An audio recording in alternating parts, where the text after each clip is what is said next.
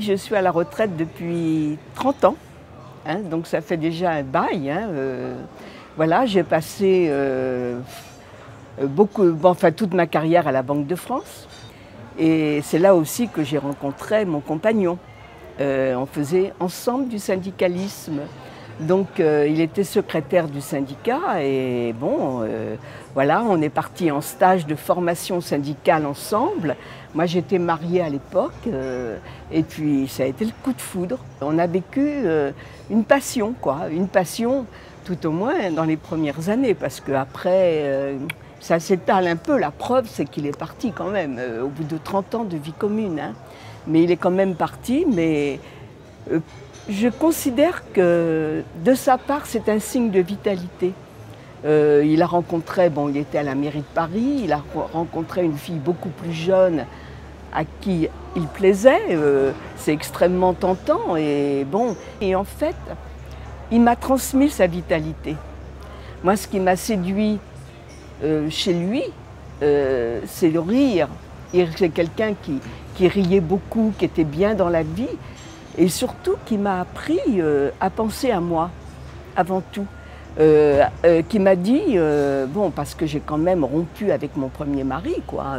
J'ai rompu, ça a été très douloureux pour lui, et moi je culpabilisais énormément. Et il m'a appris, il m'a dit, tu peux rien faire pour les autres. C'est toi que tu dois considérer, toi, avant tout. Tu essayes de ne pas te faire mal aux autres, mais de toute façon, il s'en sortira et c'est pas toi qui va le sauver. Tu vas pas le sauver, il me disait, tu vas pas le sauver. Et je pense que dans ma vie après lui, j'ai beaucoup pris en considération le fait de m'occuper de moi, d'être vraiment d'abord bien dans ma peau pour être bien avec les autres. Ça, c'est pas ce qu'on nous enseigne, hein. Les parents, la religion, on nous enseigne pas ça du tout. Donc il a fallu dépasser tout ça. Et je me suis aperçue que c'était ce qui me convenait, quoi, tout à fait. Quand il est parti, je lui ai dit, écoute, dans l'appartement, tu prends tout ce que tu veux. De toute façon, pour moi, la vie est finie. Voilà, c'est ce que je me souviens lui avoir dit ça. Et lui, il n'y croyait pas. Il n'y croyait pas. Toujours dans la même démarche, il ne se sentait pas responsable de moi.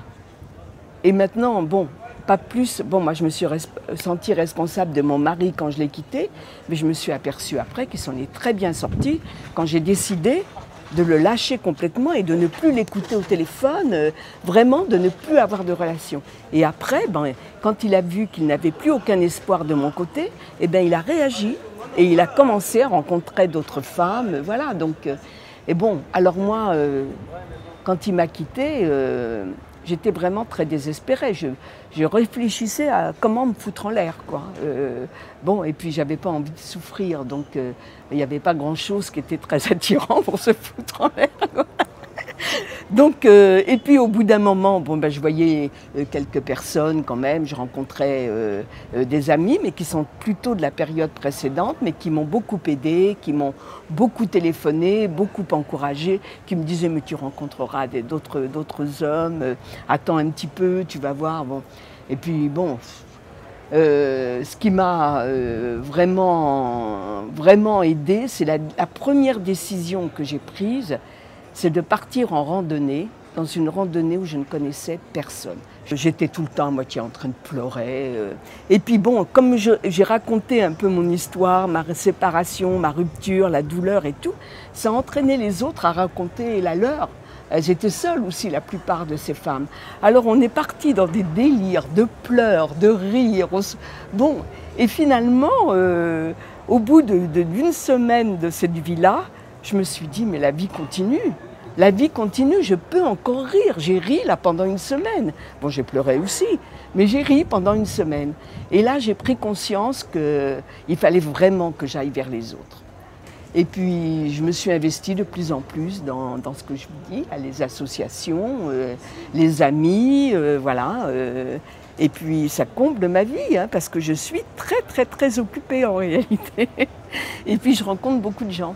Le fait d'avoir trouvé un équilibre et surtout d'avoir constaté que mon bien-être et mon bonheur ne dépendent de personne.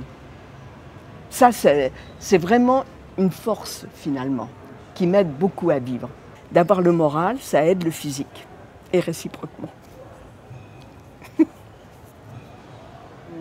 Bon, je me suis impliquée dans différentes associations. La première association, évidemment, c'est ce jardin, puisque j'y étais dès le départ.